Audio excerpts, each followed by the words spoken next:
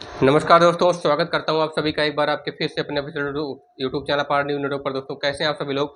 आशा है अच्छे होंगे, बढ़िया होंगे, मस्त होंगे। दोस्तों मेरा नाम है प्रथमेश दुबे। जैसा कि आपको व्हाइट बोर्ड पर देखने से पता चल रहा होगा कि आज मैं आपके सामने किस टॉपिक पर चर्चा करने वाला हूँ।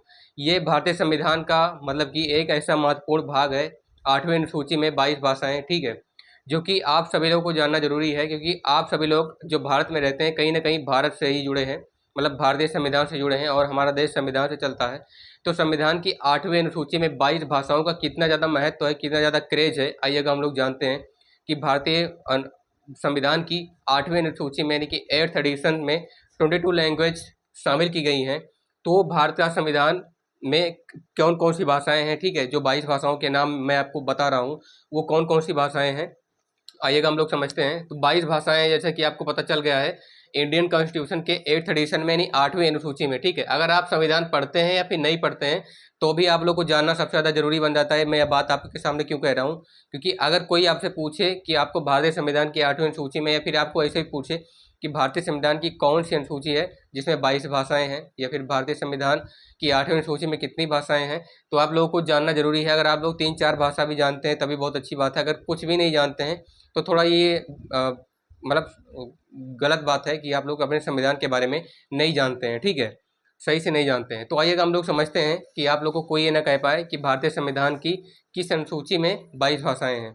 तो 8वीं अनुसूची में 22 भाषाएं हैं, और 22 भाषाएं कौन कौन सी हैं आइएगा हम लोग समझते हैं। यहाँ पे देखिएगा, पहला भाषा है असमिया, ठीक है, असमिया ये कि असम राज्य से संबंधित है, असमिया। दूसरा है बंगाली, ठीक है, ये पश्चिम बंगाल से है और बांग्लादेश से भी है। गुजराती ये गुजरात से है। तीसरा है मराठी, सॉरी चौथा है मराठी, जो कि महाराष्ट्र से संबंधित है, ठीक है, महाराष्ट्र में आता है, साउथ स्टेट ऑफ इंडिया, मतलब हाँ। उसके बाद फिर है नेपाली, ठीक है, नेपाल से संबंधित है। फिर है हिंदी, फिर हिंदी जो कि हमारे भारत की मूल भाषा है, मतलब हमारे भारत की राष्ट्रीय भाषा है, मातृभाषा जिसे हम लोग कहते हैं। कन्नड़ सबसे लास्ट में समझेंगे कि भारतीय संविधान के कौन से आर्टिकल के तहत, कौन से भारतीय संविधान के अनुच्छेद के तहत, ठीक है, हमारी राष्ट्रीय भाषा हिंदी को भारतीय संविधान ने दर्जा दिया है कि ये राष्ट्रीय भाषा है। कन्नड़ 7वें नंबर पे। उसके बाद फिर है कश्मीरी, ठीक है, कन्नड़ मतलब ये कर्नाटका से है, कश्मीरी जम्मू कश्मीर से है, और उसके बाद पंजाबी पंजाब से। संस्कृत है, जो कि संस्कृत को वेदों की भाषा कहा जाता है।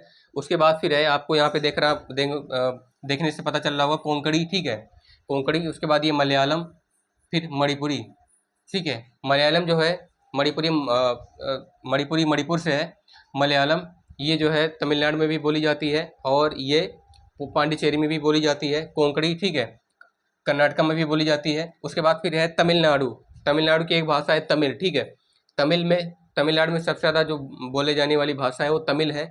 उसके बाद फिर तेलुगु है, ठीक है, तेलुगु जो कि आंध्र प्रदेश में भी बोली जाती है।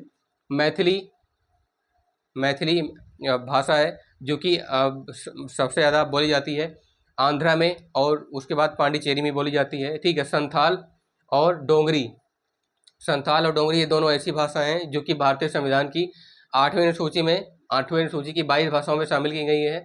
और ये साउथ स्टेट में, यानी कि जितने भी भारत के साउथ स्टेट हैं उनमें 1 या 2% के रूप में हमले आमतौर पर जो है, जो एक स्टेट से दूसरे स्टेट में यानी हम जाते हैं, उत्तर उत्तर से दक्षिणी भारत में हम लोग जाते हैं, तो संथाल और डोगरी भाषा देखने को हमें मिल जाती है कहीं ना कहीं। उसके बाद फिर उड़िया, जो कि उड़ीसा से संबंधित है, उड़ीसा में बोली जाती है।